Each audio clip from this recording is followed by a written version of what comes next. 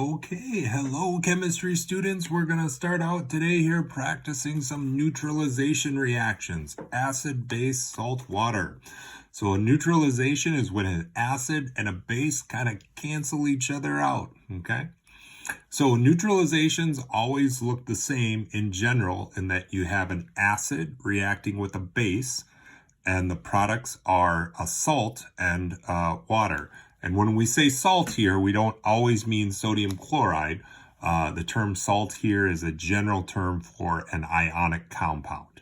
Salt is just faster to say than ionic compound. So let's take a look at 3 example problems, and we're just going to identify what's the acid, what's the base, what's the salt, what's water. Okay. So let's take a look at the first one.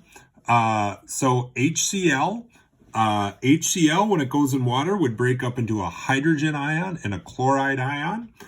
So that's definitely an Arrhenius acid, right? So I'm going to put, why don't we use a different color? Why don't we put A right above HCl for acid, right? And then sodium hydroxide, when that goes into water, it breaks up into sodium and the hydroxide ion. So that is definitely the base, right? An Arrhenius base, right?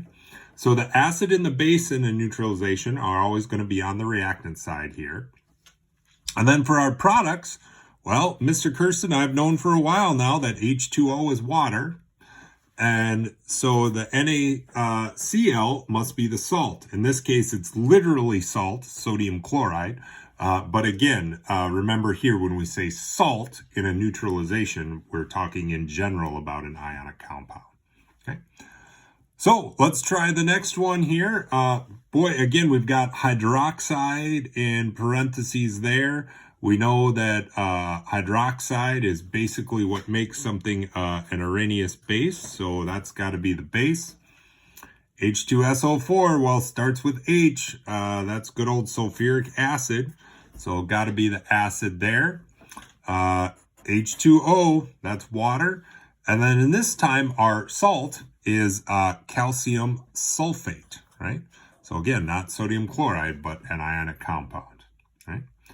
And again, when you've got how do you make water? Well, the H plus from the acid and the OH minus from the base come together, and essentially make HOH, right? Which is H2O, right? Okay, so for the next one here, H3PO4, well, that's definitely an acid. Actually, that's a polyprotic acid, right? Makes more than one hydrogen ion. Actually, H2SO4 is polyprotic as well. Again, the hydroxide, the OH in parentheses, that's our base.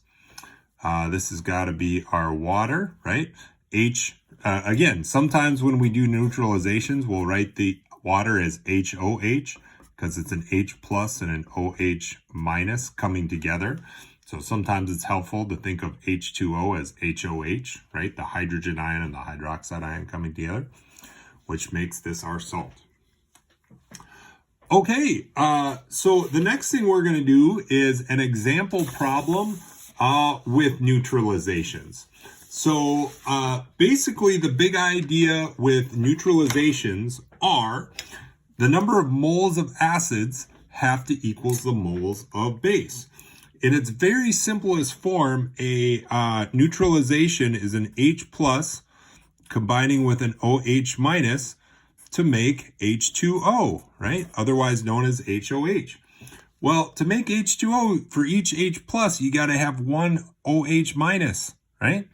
So the moles of acid has to equal moles of base. Now keep in mind, molarity is moles per liter. So if I multiply that by liters, I just get moles, right? So essentially this equation is just saying moles of acid equals moles of base. Now titration is a method for doing a neutralization in the laboratory, but we're not in the laboratory right now. So we're just going to talk about how to use this equation to do a neutralization problem, okay? So this will tell you how to calculate moles of acid or moles of base. So for instance, if you have a base of a known concentration, you could use this to figure out, say, the concentration of an unknown acid. So let's take a look at how I might use this problem. Let's do our example problem here, okay, from the notes. What is the molarity of a nitric acid solution at 43.44 milliliters of 0.01 molar KOH solution is needed to neutralize 20 milliliters of acid solution? Okay, sometimes you read that the problem and you're like, what? So let's just go through this step by step. What is the molarity of nitric acid? Okay, so I want to find the molarity of my acid. That's kind of like my X, what I want to solve for.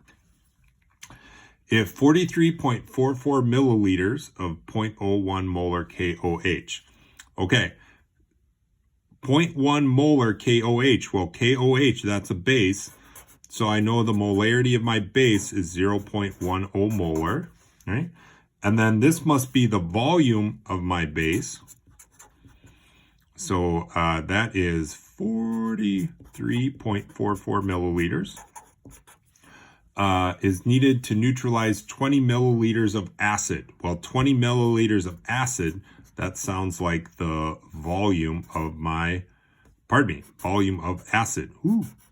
That's an A there, right? 20.0 milliliters acid, right? So I got molarity acid, volume acid. This is volume acid, if you guys can't see that. Okay, so I'm going to use my equation then. Molarity of acid times volume acid equals molarity of base times volume of base. Molarity of acids, kind of like my X. 20.0 is that. This is 0.10 is the molarity of my base times the volume of my base, 43.44. Notice the units for volume are the same, milliliters, so that is okay. It's more than okay. It's got to be the same, right? And then, just like a regular math problem here, I'm going to solve this for m sub a, which is kind of like my x, right? So I'm going to divide on each side by 20, right?